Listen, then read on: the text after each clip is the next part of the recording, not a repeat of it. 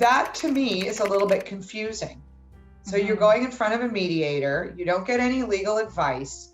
So are they really there just to help you solve some issues, even though you don't have, without any legal parameters?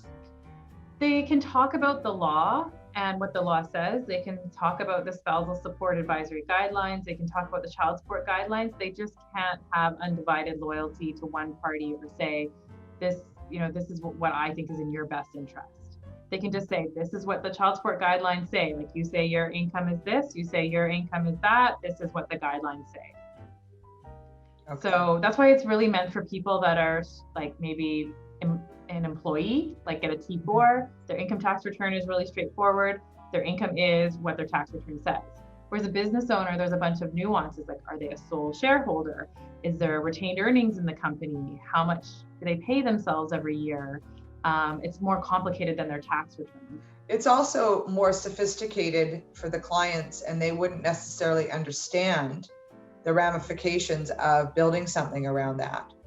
I know that I have run into situations where clients don't understand that you're looking at after-tax dollars, or pre-tax dollars when you're choosing spousal support or child support. They're going, what? But the government's taking half of my money, And so I would say to listeners that mediation is a great solution for a less sophisticated family situation. So that means you've got 2 employees, you have a little bit of registered retirement savings plans, and simple division of assets, but not necessarily for more complex, where you might have more at stake. Yeah, if you go to mediation with a lawyer, then, I use mediation all the time. And actually, I have a 100% success rate. I've settled every case that I've taken to mediation. So it does work, and we've got great mediators in the city that can handle very complicated corporate business matters. But it does help if they have some legal advice in the wings as it's going on, or with them that day.